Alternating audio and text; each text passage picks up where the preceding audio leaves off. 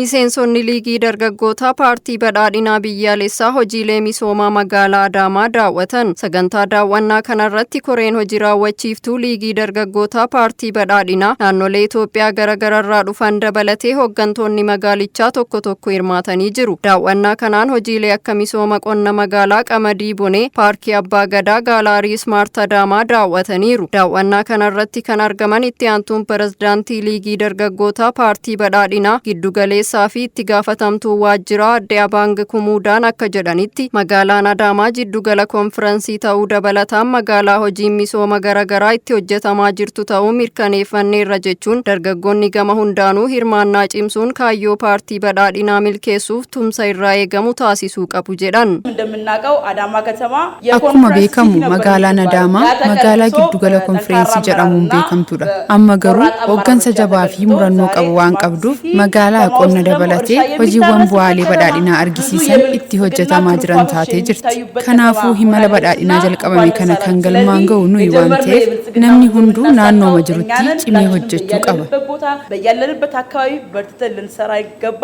Itti gaafatamaan liigii dargaggoota magaalaa Adaamaa dargaggoo Liifan Girmaa akka jedhetti hojiileen misoomaa akka magaalichaatti hojjetaman hundaa keessatti ga'een dargaggootaa olaanaa ta'uu kaasuun kaayyoon daawwannichaas muuxannoo gaarii akka magaalittiitti jiru kana magaalota biraatiif qooduufi jedhe. Duraanii fayyadamummaa irratti dargaggeessi dhiibamee ture jechuudha. Yeroo ammaa kana garuu akka magaalaa Adaamaatti dargaggeessi dhiibame sun ofitti siqsuudhaan itti siquudhaan dargaggeessa gurmeessee magaalaan Adaamaa inisheetiifiiwwan hunda isaati irratti dargaggeessi akka fayyadamaa ta'uuf hojjetaa jira jechuudha.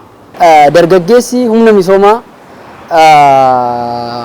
humna biyya kana ijaaruu danda'u akka ta'e kan itti agarsiisne jechuudha. Dargaggeessi humna badii akka hin taane, dargaggeessa yoo ofitti siqsine, dargaggeessa yoo ijaarre, dargaggeessa yoo gurmeessine, dargaggeessi kuni hojjetee aadaa hojii jijjiiree ofis maatii isaas biyyallee akka jijjiiruu danda'u agarsiistuu guddaadha jechuudha. Magaalaa Adaamaatti kuni fakkeenyummaa guddaadha inni itti kan fudhannu jechuudha. Hirmaattonni daawwannichaa tokko tokko yaada kennaniin akka jedhanitti hojiiwwan misoomaa magaalaa Adaamaatti hojjetamaa jiran kan asiin dura miidiyaalee garaagaraan dhagahaa turre qabatamaan dhugaa ta'uu argineerra jechuun muuxannoo galtee hojii fuulduraatiif ta'us qooddanneerra jedhan. Maqaan kan koo Yaasiin Muhammadin jedhama, itti gaafatamaa liigii dargaggoo godina Jimmaati.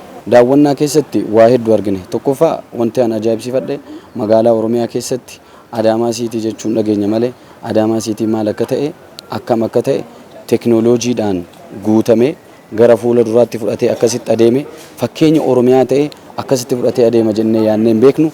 Har'a garuu waan guddaa irraa baranne waan gaggaarii arginee jirra. Waan gaarii arginee jirra. Fakkeenyummaa gaariidha. Fudhannees gallee babal'isnee nutis dhaloonni qubee kana galmaan ga'uudhaaf yaada guddaa qabna, abdii guddaa irraa arganneerra jechuun barbaada.